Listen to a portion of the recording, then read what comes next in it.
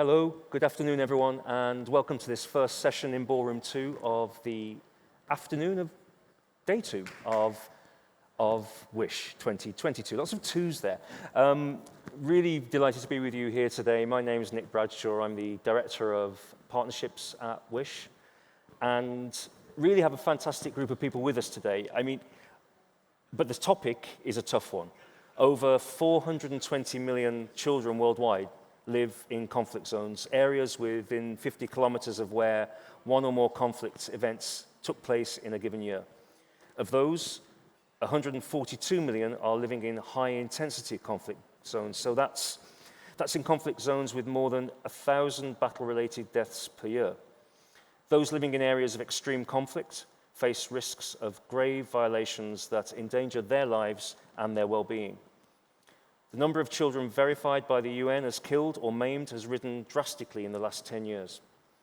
So today we'll be looking, hopefully positively, at innovative solutions to assist with pediatric blast injury. I think it's clear from the offset that this is a topic that shouldn't have to exist, but it does, and hence the conversation needs to be had. And we have a truly fantastic panel in the room and online, and I'm just going to introduce everybody very quickly before we launch into it. So next to me we have James Denslow, who is the Head of Conflicts and Humanitarian Policy and Advocacy at Save the Children. Next to him is Dr. Merhaf Asaf, who's a pediatric emergency physician and one of the first people to use a guide called the Paediatric Blast Injury Manual, and that was in Syria when working on the ground in Syria. I see next to, you see everyone changes order, you don't know what's going to happen here. I see next to Merhaf we have Dr. Paul Reevely, who's a consultant pediatric emergency physician at Bristol Royal Hospital for Children. For us, what's really important, he's the lead author of the Paediatric Blast Injury Field Manual. And he's also the guy who lent me his glasses when my glasses broke just before coming on here, so I think you're all out there. We have joining us traveling in from Kiev, so Dr. Oksana Dyzuman, who is the Ukrainian pediatric surgeon at Kyiv City Children's Clinical Hospital. As I say, she traveled, it took 2 days to get here via Warsaw. Really delighted to have you here, Oksana. At the end of the row, Giles, friend of WISH, speaker earlier today, photographer, storyteller, and for us, the founder of the Legacy of War Foundation that focuses on the human price of war. And online, we weren't sure, but it's working. Online, we have Mahmoud Matar, who is pediatric surgeon and limb reconstruction specialist at Gaza hospitals in Gaza. So thank you for joining us there. We'll come to you in a second, Mahmoud. Just before we do, James, can you give us, kind of put this into a global context? Thank you, Nick. And I guess, first of all, just to say thank you to you, to Mahmoud, to Sultana, to everyone at WISH who have been such great friends to us. This is my third time here in Qatar with WISH, and it's great to be here. And it's also an opportunity to say thank you to our other Save the Children partners here in Qatar, in particular His Excellency Sheikh Thani bin Abdullah bin Thani Al Thani, who's been hugely important to help us with the current hunger crisis that we're seeing in Somalia, where a drought, the worst drought in 40 years, is threatening the lives of hundreds of thousands of children. So it's an incredible honor to be here with such an amazing panel. I think you alluded to lots of the statistics around children in modern conflict, and I think taking a leaf out of Giles's book from this morning, statistics alone don't really do justice to this issue. So I thought I'd start with a quick story that tells you this issue perhaps in summary. One morning back in April 2018, a dozen children from the Ibrahim Khil family who lived in eastern Afghanistan started to play outside of their home after a night in which they struggled to sleep due to the sound of nearby fighting. One of the children found a dull green object on the ground and started to show it to his family, and they started to play with it. What it was a rocket-propelled grenade that hadn't detonated until the children picked it up. It detonated. It saw 5 children of this family lose parts of their leg. 2 would lose most of both of their legs. 3 children and an adult who was with them would lose their lives before reaching a hospital. A single family whose direction was entirely changed by one moment. Our founder, Eggleston Jed, said 100 years ago that all wars are waged against children. And I think what we're seeing today with the trends in urbanization, I mean, it's incredible to be here in Doha, one of the fastest growing modern cities on the planet. 75% of the global population is estimated to live in cities by 2050. And when wars go into cities, or when explosive weapons that are designed to penetrate the thick armor of tanks are exposed to the bodies of young children, I think the results are somewhat horrifically inevitable. But of course, what we've discovered in recent years, working with colleagues on the panel today and Wish and so many others, is that there is the opportunity to find a very practical response to that to ultimately save children's lives. Thanks, James. You talk about a practical response. I'm going to go to somebody who is currently dealing with, I understand, pediatric blast injury. So going over to you, Mahmoud, in Gaza, what are you seeing on the ground today? What are the issues that you face? How do you deal with children being maimed in this way? Yeah. Actually, thank you for this meeting and thanks to the whole panel group and panel member and for this very important topics. Actually, the Gaza and Palestinian kids is a part of the international pediatric group.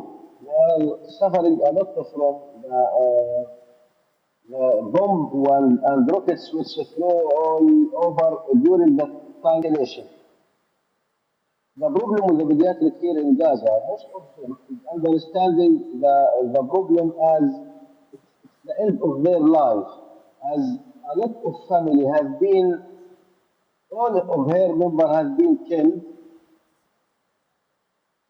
and none of them is receiving the proper medical treatment and the proper surgical treatment as of most of Gaza hospital are lack of equipment, lack of the experience of dealing with such cases, as well as the result of the siege which lasts more than 15 years now. This siege keeps the hospital out of their proper equipment to save this type of injury.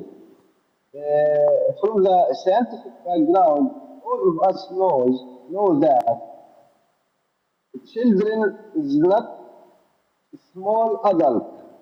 They have a different physiology, they have a different body anatomy, different future problem. In the pediatric age group, in the bony cause, they have a bone which has the ability to grow, even for those who are already amputated. After the amputation, not the end of the solution, not the end of the problem. Most of them could require second or third surgery and revision for their surgery. The second issue is the growth and lengthening of the bone, which they are in need in the future. The other issue, the psychological impact which be inflicted in those kids. This is for those who suffer from the injury. Those who are not, or who are hearing the bomb from the most of them suffer from long-term psychological problem.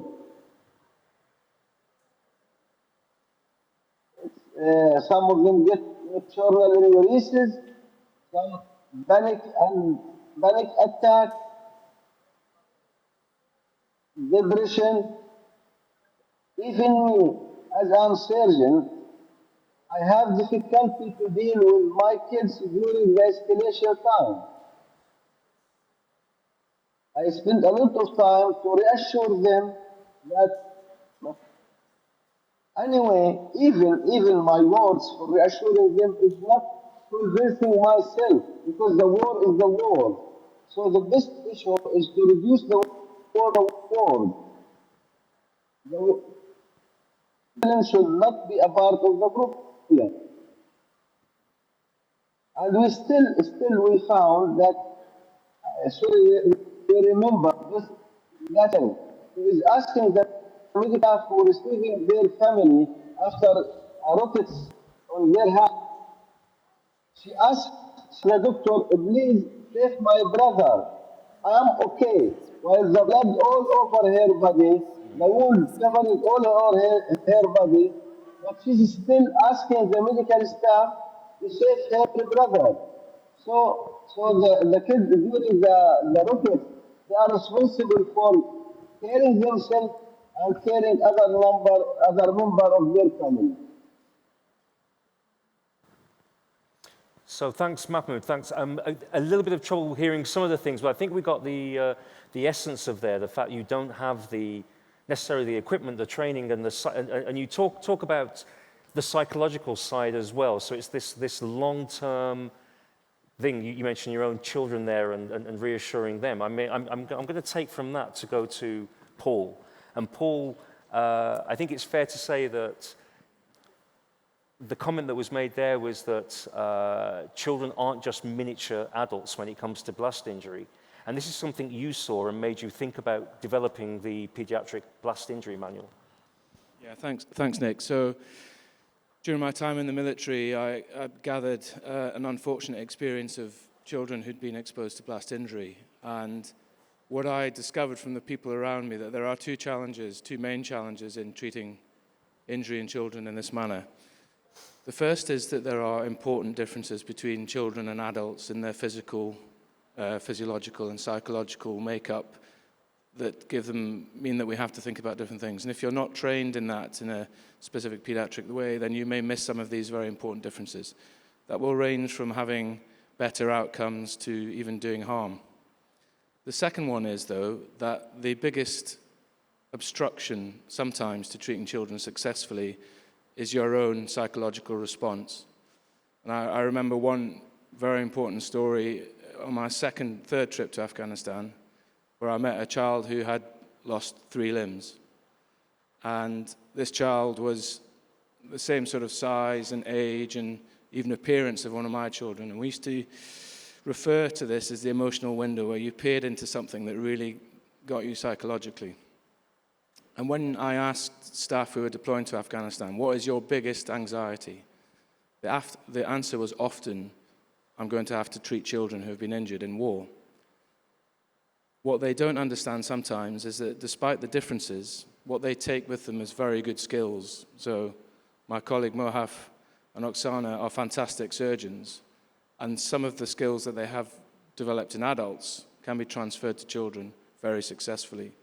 So the work that we did was partly to give clinical knowledge and training, but also, very importantly, give that psychological crutch, that support, to empower people to understand that they have really good skills and that they can successfully treat children. You brought in Mohaf there, and the manual that you created, one of the first people to use it, unfortunately, was you, Mohaf. And I say unfortunately because, as we say, this isn't something that you should have to deal with. You had the training as a surgeon, but at home in Syria, you were seeing atrocities that you wouldn't be able to cope with. How was it helpful to have this manual, and where were the gaps that you were able to fill in? Assalamu alaikum. I'm general surgery, actually, not pediatric surgeon, but in conflict zone, you need to do pediatric surgery, vascular surgery, thoracic surgery, because limited number of surgeons can indulge themselves to get to conflict zone. I just want to talk briefly about how working in conflict zone looks like, just to put the manual into context to answer your question. So unfortunately in Syria, the hospitals are the main target of bombing and shelling. So I worked in Aleppo in 2016. I remember in October, this is very interesting days for me, because 6 years ago, we were working at the hospital when we were targeted by shaking pump, pancapasta pump. So 3 workers were killed, and the hospital was completely destroyed. And we moved to another hospital. At that hospital, we were targeted by chemical weapon. So some of my colleagues were badly affected by this chemical weapon, chlorine gas, by the way. And some of patients were affected as well. And we need to move them to another hospital to get some treatment. So this is very challenging and very exhausting and, of course, very dangerous circumstances that we were working in Aleppo. So under that pressure, limited number of surgeons were in Aleppo. So as a general surgeon, you need to do vascular surgery, trauma surgery, pediatric surgery. Sometimes junior doctors can do some major surgery as well.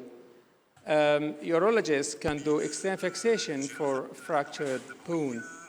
So, as my friend Mohammed from Gaza said, children are not small adults. There is a special consideration in children. You need to adjust the dose, you need to, sometimes the approaches are different. So you need to be confident. As a general surgeon, I'm not pediatric trained. So under that pressure that I talked about earlier, you need to be confident to deal with these kids. So when my friend Paul handed me this manual, I went to throw it quickly, and I said, this is very, very nice and good manual. So it covered a lot of points that we need to deal in conflict zone. So, and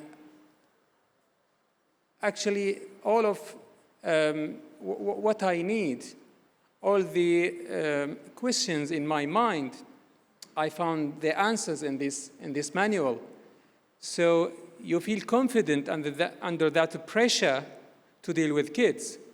So it was very, very, very helpful. I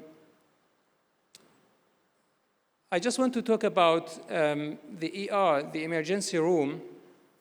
In conflict zone, you expect to receive a huge number of patients, injured patients with their relatives, come with them to the hospital. So it is very, very stressing time, very stressing circumstances. You are under pressure of being unsafe in the hospital, and you're under pressure of their relatives of the patient, because their relatives, parents of a son in Aleppo, were holding a limbs of their son. And they came and said, "Doctor, please fix this to my son." It is very, very emotional moment at that time. So under that pressure, you need to feel confident to deal with this stress with these kids. So I found this manual very, very helpful as a general surgeon. Thanks, Mohaf. And I think on the Save the Children booth for the people who are here, if they go, they will be able to see what the manual that we're talking about looks like. It's a very stage by stage, very precise. It's something you can go into that does cover the whole range right to the rehabilitation. And I do encourage people to do that and to check online as well. I'm going to come to Oksana, who, Oksana, you are currently living in conflicts that has happened incredibly suddenly, effectively. No one expects these things, but you're in the midst of it now. What are you seeing, and what's the effect on the hospital that you are in Kyiv right now of blast injury, the children's hospital where you are? Thank you for the question. Hello, my name is Oksana. I'm from Kyiv. I'm head of Department of Surgery, and I work in Kyiv City Children's Hospital. I have 15 years experience. I work in the field of general surgery and urology. I work with children from 0 to 18 years old. We provide emergency surgical care and elective operation. In the beginning of this war, we were afraid of it. I told my daughter to leave country and move to a safe place. And she got there. Now she's safe and she's now in Portugal. But I stayed to perform my duties. Since the beginning of the Russian invasion in Ukraine, our hospital began to assist not only children with blast injuries, but also adults. During this war, we faced such an inhuman aggression and ruthlessness that some children simply did not have time to receive medical care and died. A lot of children are not affected by amputations and other life-changing injuries. We worked for days in a row. Some employees left at work because their homes were occupied. Our hospital has a bomb shelter, and we equipped it. There were wards for patients in the intensive care unit and operation room, and departments of surgical and trauma patients. For example, last week I operated on a boy. I removed shrapnel from his legs and provided plastic surgery on skin in order to remove scars that interfered with the movement of his legs. Thanks, Oksana. I'm going to stick with you to ask you, what are you hearing from other parts of Ukraine? Because you're in Kyiv. At the moment, this isn't the front line, but what are you hearing from further away? How are your colleagues in other parts of the country? What are they saying they need? Where's their issue? Kyiv is relatively calm now. From time to time, children come to us for rehabilitation. There are many places subject to Russian shelling, and children continue becoming victims of it every day. Our hospital regularly have been providing assistance to the areas most affected by the attacks of Russian troops since February. It's terrible to see innocent children with such injuries. They have not even had time to live.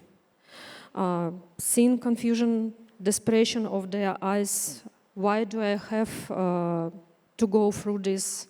Why do I deserve this? And pain in the eyes of their parents. Thanks, Oksana. It's hard to hear these things, of course, but Giles, you are just back from Ukraine. Very recently, you were in Gaza. You've been covering these issues for a good while now. Let's be clear. You are somebody who has been involved personally with blast injury.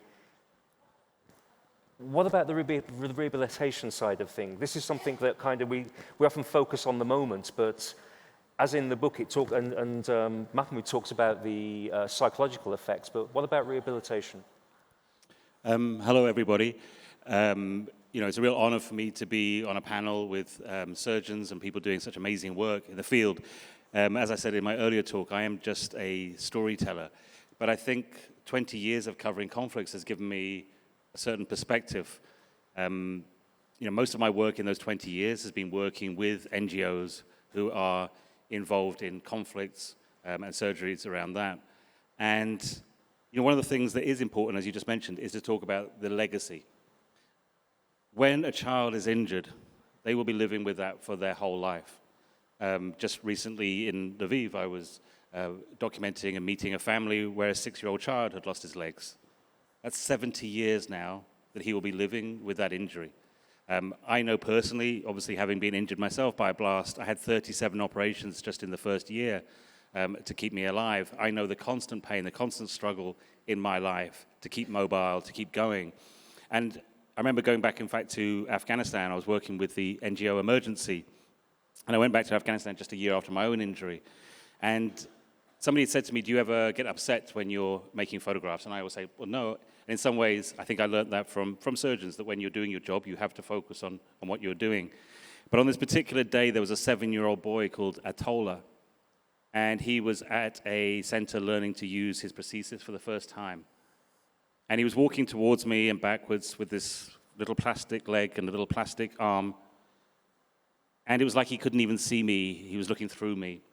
And I found myself crying as I was making that photograph, because in my mind, I was thinking, why should a 7-year-old boy have to go through what I go through?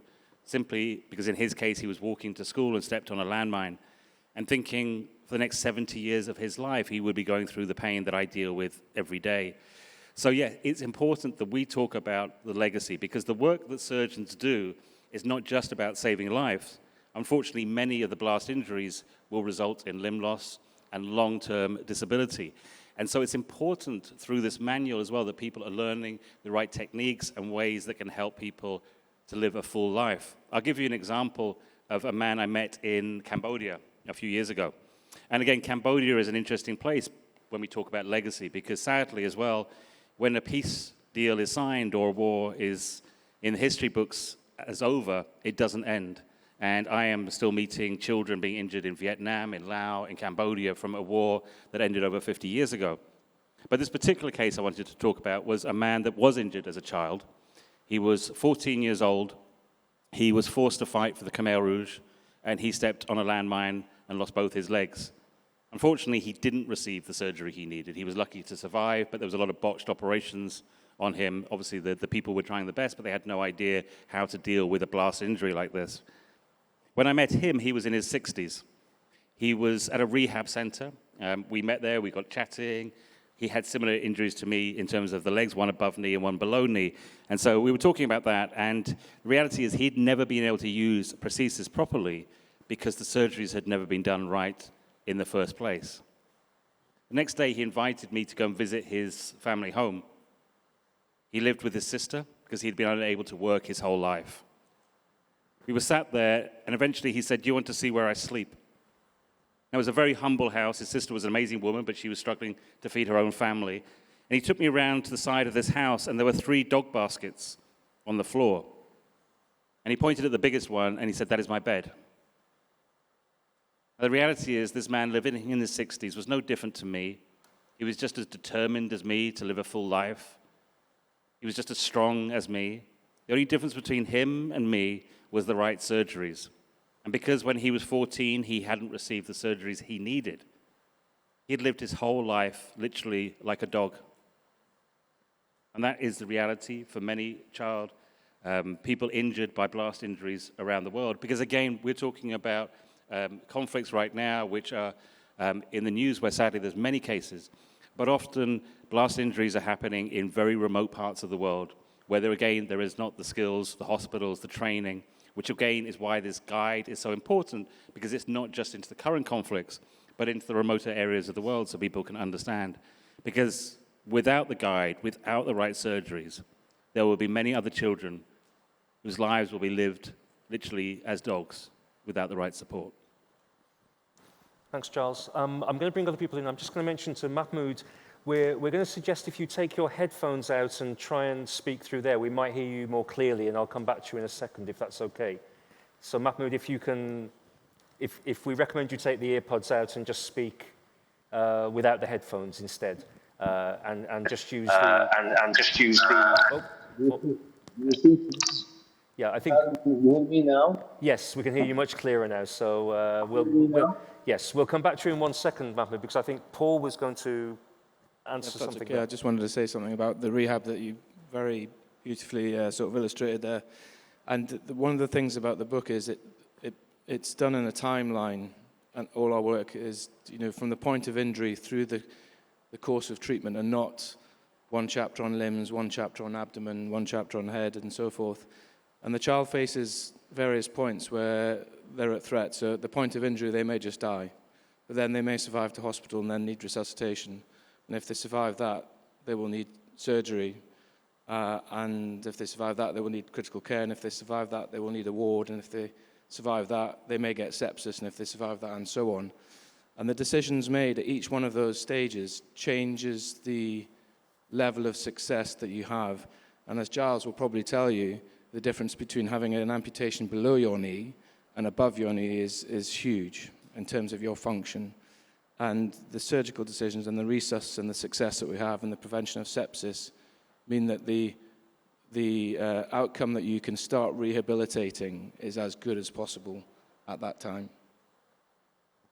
James, I see you wanted to join in this Thank conversation as well. Yes, I thought it'd be helpful to sort of wishify a bit of this issue, because I think it does it's interesting how it fits into the rest of this agenda. Because I guess it's worth saying that clearly the issue of pediatric blast injury is not on the scale of malaria, pneumonia, or cancer. But I do think there's a particular issue that we've talked about before this panel about sort of the moral injury factor, of the fundamental injustice, I guess, of children being so badly wounded by adult weapons, and what therefore is our responsibility to those children.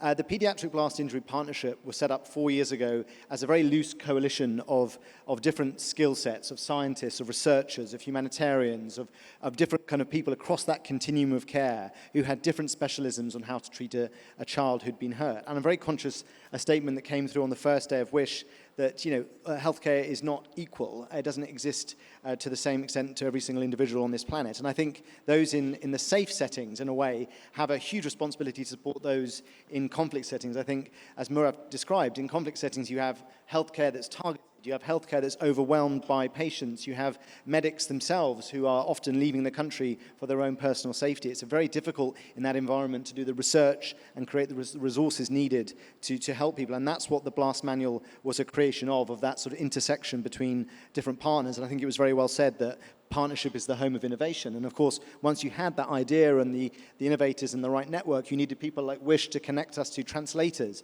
That manual is now in 6 languages. We're formally launching the Ukrainian version here at WISH. We have a Russian version coming in a few weeks' time. It's in 13 countries, and we want it to go far beyond, but it's just the start. We're hoping to sort of, again, to use the startup analogy, to say that the sort of proof of concept within the community that we already live within has been made, but it needs to go far further. So I'd ask anyone who's got either an ability to sort of fund this or support us, especially with technology, the ability for Ukrainian medics in very highly connected conflicts to be able to get exactly what they need to be able to save children. Because again, a lot of what we talk about here is about how professional medics can help save a child, treat a child. Zero responders is often a really big issue. People who come across a blast-injured child who'd never got any medical experience of their own, how can they stop that child bleeding out, being very conscious that children have less blood than adults and of a very different physiology. So I think this is a really interesting opportunity, but it's one that neither one of our organizations can do by ourselves. It's all about how we can do this with partners we never even thought about working with, and that's my plea to everyone watching online or sitting in the audience today.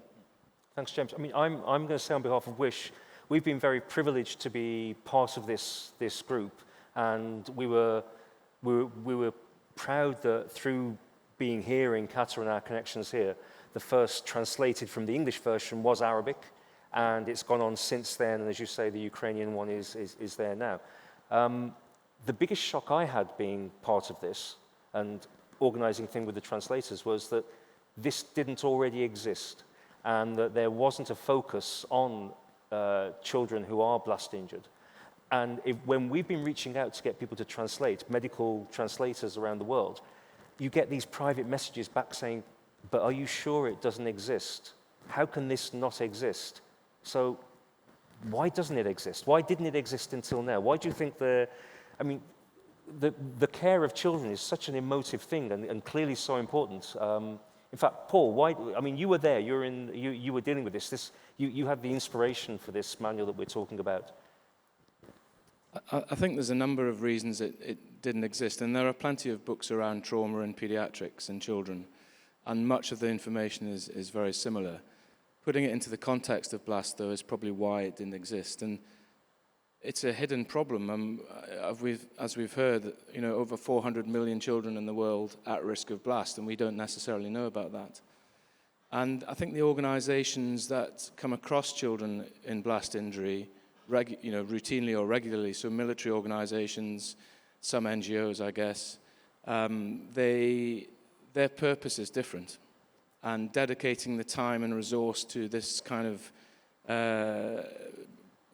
clinical resource is probably not where they can focus on their efforts. So the military are there to focus on other things.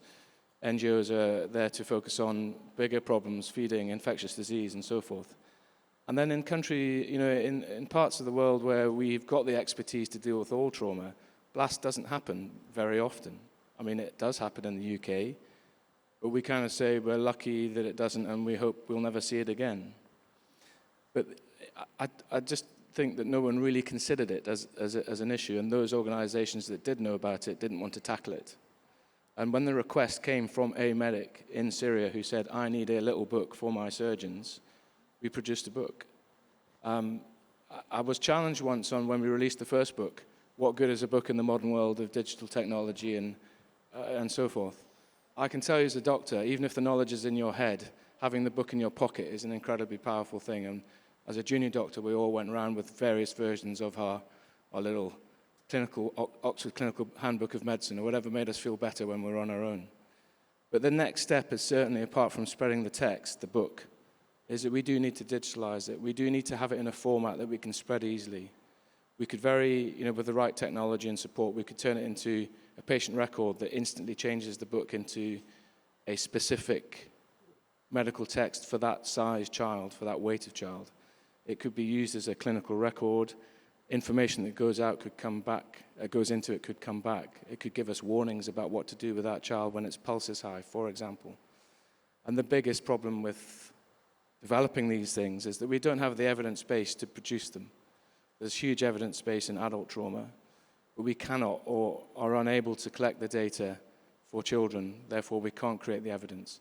But this could be a digital record that clinicians around the world put information into, and that we organizations that can use that information can extract it. And at the very least have a good epidemiological or demographic understanding of who is getting injured and develop it from there. Giles, please. I was just going to say something as my perspective from, again, documenting the conflicts for a long time. I think in many ways, up until maybe Syria or Iraq, I hadn't seen at least so many local surgeons, national staff working in hospitals. It tended to be, NGOs or military going there, doing all the primary healthcare, doing all the emergency healthcare. And so in Syria, when I was there, you could see for the first time there was a lot of surgeons, a lot of doctors, but had obviously no experience of blast injuries.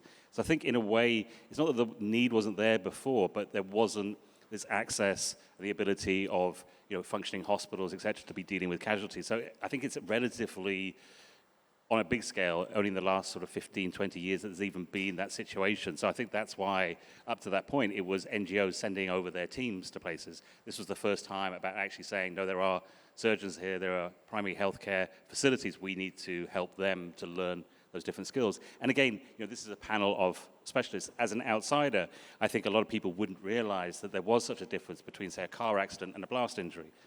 Over the years of documenting, I've learned that, but as an outsider, I don't think people would realize that, so would assume a surgeon working in Kiev would be able to deal with a blast injury. So I think it's important as well to educate outside of just the surgical world and medical world for people to understand that when a crisis like this happens, the education, the knowledge is really important to share to build that database up, because just because you're a surgeon dealing with car accidents, you don't necessarily have the skills to deal with something like this. Thanks, Giles. Mahmoud, I'm just coming to you now. We have Oksana here, who has the very recent experience, new experience of this. In Gaza, you have been effectively under siege for way longer than we can, just for so long, it's just awful. What do you bring into this? What have you kind of learnt over the years? Because I just get the sense that in Gaza, you have to adapt constantly to the restrictions. What has this taught you? How do you treat blast injury? Yeah, actually, let us to say that the protocol for treating the blast injury is differ according to the situation we are talking about. When we are talking during the escalation and during the rockets, there is no rule to be followed except the recent memory and the recent experience you have. I mean, I can't follow the protocols. I can't follow. I can't read the books how to manage. So everything will go through the encephalized memory and encephalized experience you are working with. After that, that's why my colleague is talking about non-proper stump, which is impossible to fit artificial limb. Yes, we are facing a lot of kids and even adults like that, whose primary amputation doesn't permit for future proceedings. But during the calm time, we start to revise those patients to allow their stump and amputation level and site fitting the prosthesis. This is the main point I want to trigger. That mean during the war and the conflict, never suitable time to allow a proper surgical, and there is no enough time, and there is no a time to start read how to do that. So all our surgeons who are working, and in particular the orthopedic and vascular surgeon, are concerned with life saving rather than refashioning the limb to fit the future prosthesis. Uh, do you hear me? Yes, we do. We do. Yeah. In the other point, the number of the surgeons during the escalation here in Gaza, none of them fit the gush of the cases we have. We are talking about, for example, a hospital with Shifa Hospital, where I worked at that time during the 2014, where is 55 days of rockets and shells, and from during the after the rocket, 15 or 16 patients coming injured. Most of them need a surgery. Some of them need life saving, and the other need limb saving.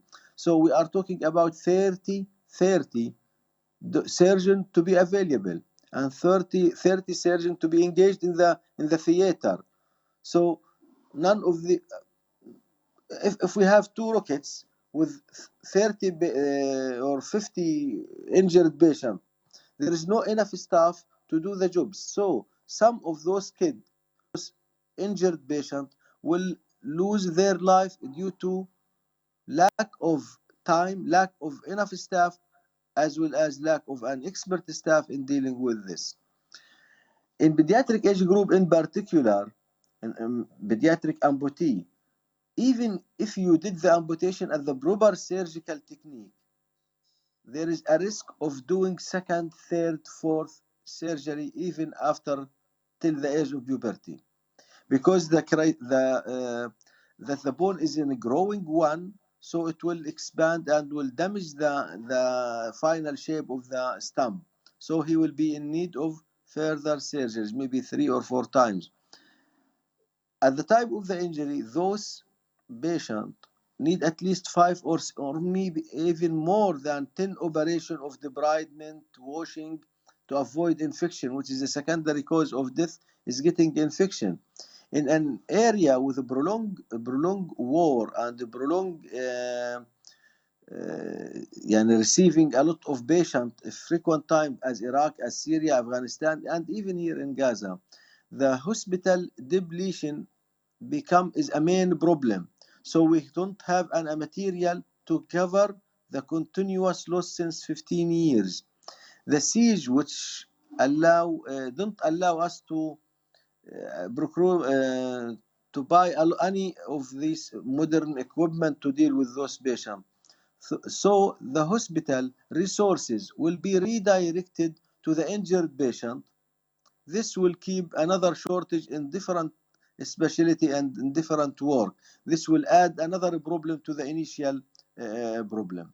So I think in the hot zone, the surgeon should be ready, almost always should be ready, not even during the time of escalation, all over the time, by more training in the hot zone, should be, I mean, should be have the experience and have the work even in another hot zone, to allow the local staff ready. Because here in Gaza, none of us, when the war will explode again, and it's 2 months ago, in the early of August, we have another 3 days of escalation. We have another house collapse over here, over there, people. And we have the last kid who already traveled to Turkey to continue her treatment with two lower limb and one upper limb. She lost 3 of their limbs. Initially, the staff are busy of saving her life and not concerned about her leg.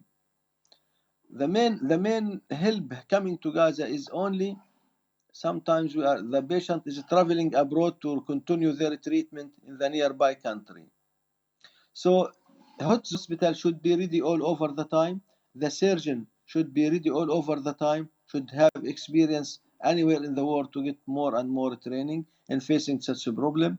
A lot of the NGOs should be available to supply the zone with the number of surgeons who are able and expert of doing surgery. Otherwise, some of patients will die from delayment of the surgery. This is the main message I have to convey, and I hope by being representative of what I am saying. You are, Mahmoud, definitely, and coming across loud and clear now, which is great to hear. You say there, and I'm going to turn to other people across here. I've got my back to everybody else at the moment.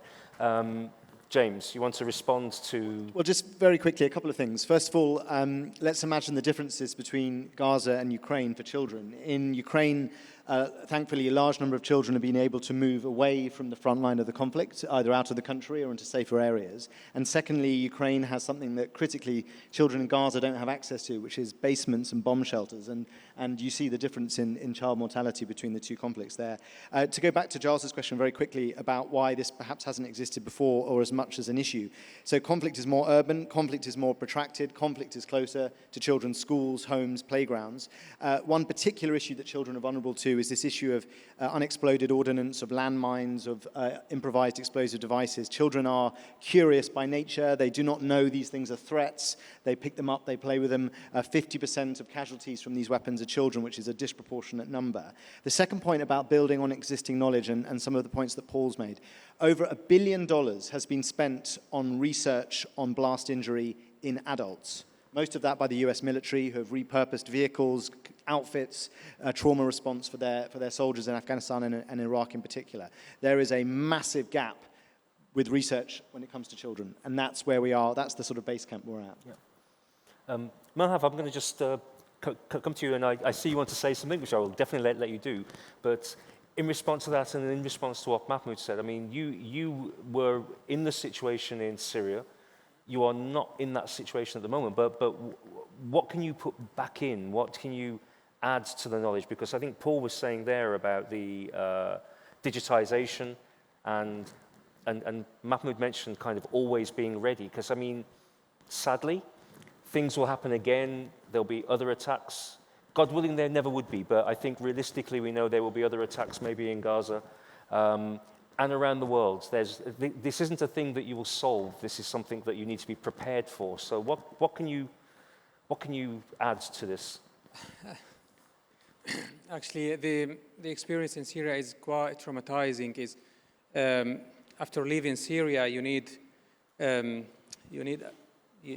something like talking therapy. You need CBT therapy just to come over, just to forget what happened, because it was quite traumatizing. It is very, very distressing situation we're in Syria.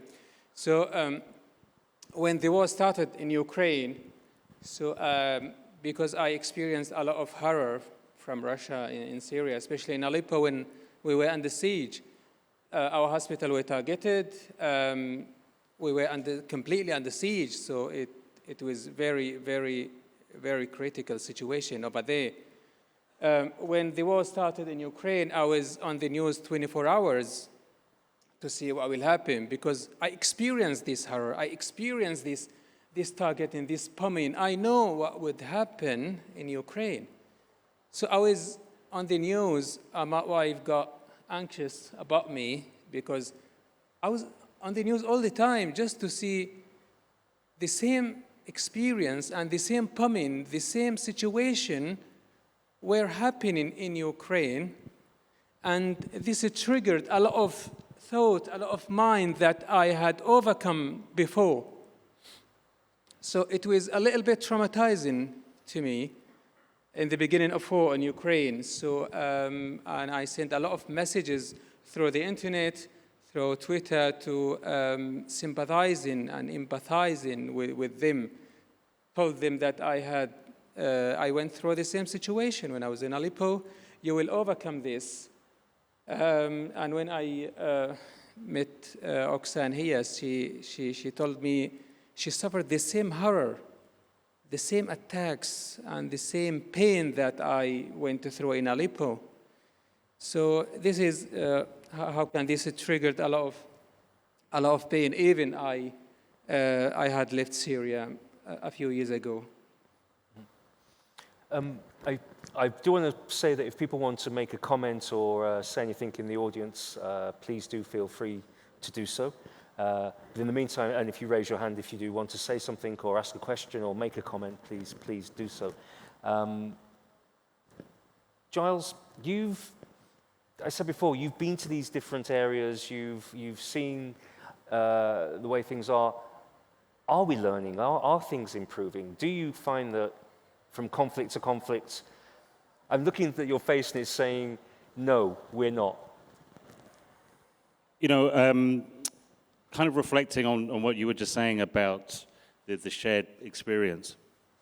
I set up my photographic project under the name Legacy of War because I was sat in Cambodia one day and I was listening to somebody telling me a story, and I realized if I shut my eyes, it was exactly the same story as I just heard a friend telling me in Syria, even though there was 50 years apart.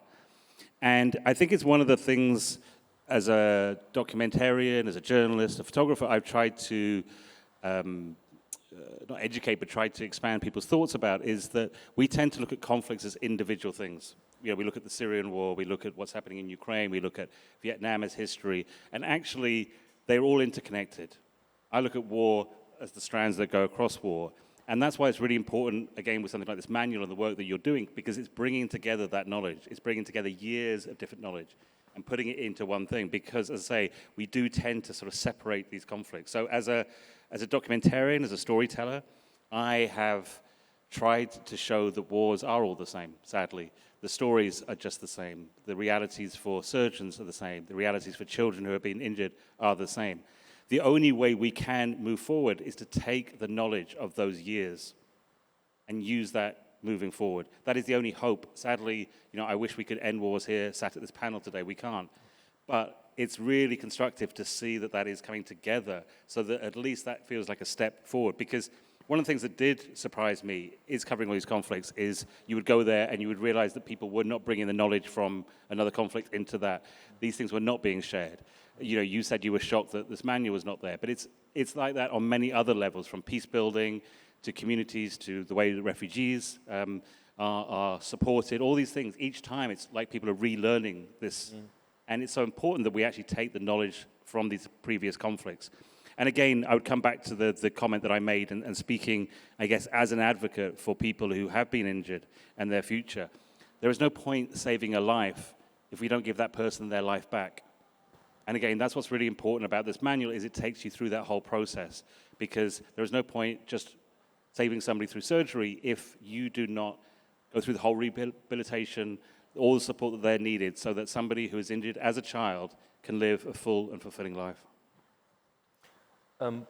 Paul, I'm coming to you now. We think, I mean, Giles just said there, we're not learning, but it kind of seems to be human nature. You look at COVID. We've been talking a few times about how people want COVID to be over, and it's kind of a case of, as soon as it is, it's like, let's not talk about that. And that seems to be the thing with conflict. I understand that people want to move on.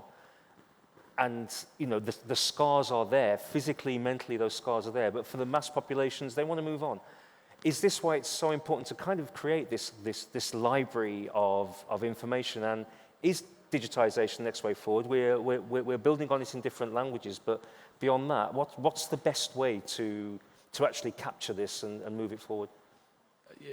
So, you know, in Afghanistan, we built one of the best trauma hospitals that's ever been seen in terms of outcome and percentage survival. 10 years after we closed it, nearly, we've probably forgotten a lot of that information. So collecting it together in a paper format is really important. And, you know, in this group, we've got someone who's got enormous experience. We've got someone who's got some experience. And sadly, we've got someone who's going to get a lot of experience. in the absence of evidence and data, which takes a long time, collecting that expert opinion and expert approach is really, really important, and putting it in a place where we can share it. You know, my knowledge is free. This material is free. You can go and download it today. It's for anyone who wants to use it in any way that they think is beneficial. But the transfer of that knowledge and the retention of that knowledge is much harder, and takes time, it takes effort, it takes money, and it takes systems. And those systems nowadays are digital. And that's what we need to try and create, I think. James. I thought I'd make sure that this conference can have at least one quote from the late Queen Elizabeth II, because I think there's two things that she said that are perhaps relevant to what we've been talking about here. One is that the cumulative impact of small acts of kindness can be bigger than we imagine. So this issue can seem so vast, so inevitable, so forever, that it's not even worth starting. But I think every little act from all these different perspectives of partnership is crucial. And the second one, she once said that a child's vulnerability and helplessness can bring out the best in us. And I think, again, that's what I've seen with the partnership so far. That's what I've seen whenever you raise the issue of paediatric blast, and I would hope that that's something we can all capture together. Thanks, Jay. I wasn't expecting that to be the quote that you'd reference, or the person you'd be referencing on this panel, but okay. We're here at Wish. I work for Wish, and part of why we do this is we always say we start conversations, but we also build collaborations, partnerships, and we want outcomes. We're sitting here today. We're sitting here because we want to move things forward. It's as simple as that. And whether on screen, whether in Gaza, the one thing that combines us all is moving things forward. So what outcome can we get from this? What do we need people to do directly? I mean, I kind of want to tell people if they have any digital skills to get in touch, if they have any other medical skills to get in touch. This is something that we're looking for at the moment, isn't it? Paul, I see you nodding. Yeah, I think the first step is get in touch. If you've got skills that you think can help us, be those medical, be those digital, be those logistical support, we are all about partnership. None of us have ownership of this. None of us feel that we have to protect it. Every time we speak to someone, or every time I do a presentation about trauma, someone always comes to find me afterwards and say, how can I help? And it's often support in creating material and that kind of stuff. But if the first step is get in touch with James or through Wish, and we have that conversation and see how we can progress this problem or solution. And Oksana, as the most recent recruit to this kind of project, what do you need at the moment in Ukraine? Oh, everything. Everything. The war impacted all areas of our life and affected not only Ukraine but whole world, I think. Very quickly we began to receive help from our friends around the world. There were medicines and equipment also. This aid was helpful. It is crucial for it to continue until the end of the war. Some foreign colleagues came to share their experience of working in war conditions, because working in peacetime and during the war requires different skills and preparation. The Pediatric Blast Injury Partnership and Field Manual is an excellent example of clinical resources that assist us in successfully treating child blast injuries. And I would like to say, thank you for opportunity to be here next to you. This is a great honor for me. Thanks, Oksana. Thank you for being here. Thank you for making this arduous journey to join us.